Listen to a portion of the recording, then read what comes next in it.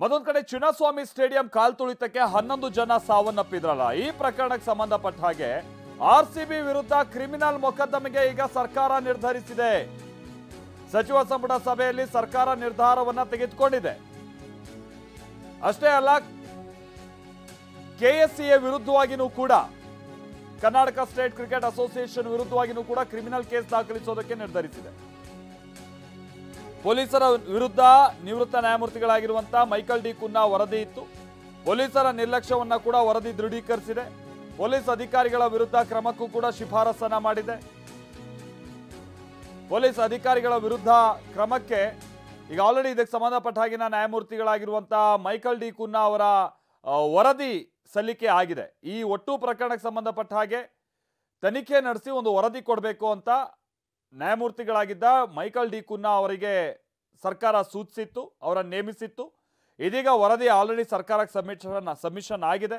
ಆ ವರದಿ ವಿಚಾರವಾಗಿ ಬಹಳ ಚರ್ಚೆ ನಡೆದಿದೆ. ಈ ಟೈಮ್ನಲ್ಲಿ ಆರ್ಸಿಬಿಯ ನಿರ್ಲಕ್ಷ್ಯ, ಪೊಲೀಸರ ನಿರ್ಲಕ್ಷ್ಯ, ಕೆಎಸ್ಸಿಯ ನಿರ್ಲಕ್ಷ್ಯ ಸರ್ಕಾರದ ಗಮನಕ್ಕೆ ಬಂದಿದೆ. ಇವರು ಅಲ್ಲಿ ಏನು ವಿಧಾನಸೌಧದ ಮುಂದೆ ಕರೆಸಿದ್ದು, ಇವ್ರ ಕುಟುಂಬಸ್ಥರೆಲ್ಲ ಹೋಗಿ ಫೋಟೋ ತೆಗೆಸಿದ್ದು, ಅಲ್ಲಿ ಅರ್ಧಂಬರ್ಧ ಪೊಲೀಸರನ್ನು ಕಳಿಸಿ ಇವ್ರಗಳ ಕರೆಗೆ ಸೆಕ್ಯೂರಿಟಿ ಕೊಡಬೇಕಾಗಿದ್ದು, ಇದ್ಯಾವುದು ಕೂಡ ಇಲ್ಲಿ ಸದ್ಯಕ್ಕೆ ಲೆಕ್ಕಕ್ಕಿಲ್ಲ. ಇನ್ನು ಕಾಲ್ತುಳಿತಕ್ಕೆ ಕೆಎಸ್ಸಿಎ, ಡಿಎನ್ಎ ಹಾಗೆ ಆರ್ಸಿಬಿ ನೇರ ಹೊಣೆ, ಪೊಲೀಸರು ಕೂಡ ನೇರ ಹೊಣೆ ಅಂತ ರಿಪೋರ್ಟ್ನಲ್ಲಿ ಉಲ್ಲೇಖ ಆಗಿದೆ. ನಿವೃತ್ತ ನ್ಯಾಯಮೂರ್ತಿ ಮೈಕಲ್ ಡಿ ಕುನ್ನಾ ವರದಿಯಲ್ಲಿ ಈ ವಿಚಾರಗಳು ಉಲ್ಲೇಖ ಆಗಿದೆ. ಕಾರ್ಯಕ್ರಮ ನಡೆಸೋದು ಅಸಾಧ್ಯ ಅಂತ ಗೊತ್ತಿದ್ರೂ ನೋಡಿ, ಕಾರ್ಯಕ್ರಮ ನಡೆಸೋದು ಅಸಾಧ್ಯ ಅಂತ ಗೊತ್ತಿದ್ರೂ ಎಲ್ಲರೂ ಶಾಮೀಲಾಗಿ ಕಾರ್ಯಕ್ರಮವನ್ನ ನಡೆಸಿದ್ದಾರೆ. ಎಲ್ಲರ ಕರ್ತವ್ಯ ಲೋಪ, ನಿರ್ಲಕ್ಷ್ಯತನ ಕಾಣ್ತಾ ಇದೆ. ಬಂದೋಬಸ್ತ್ಗೆ ವ್ಯವಸ್ಥೆ ಸಮರ್ಪಕವಾಗಿ ಇರಲಿಲ್ಲ. ಕ್ರೀಡಾಂಗಣದ ಒಳಗೆ ಇದ್ದದ್ದು 79 ಪೊಲೀಸರು ಮಾತ್ರ.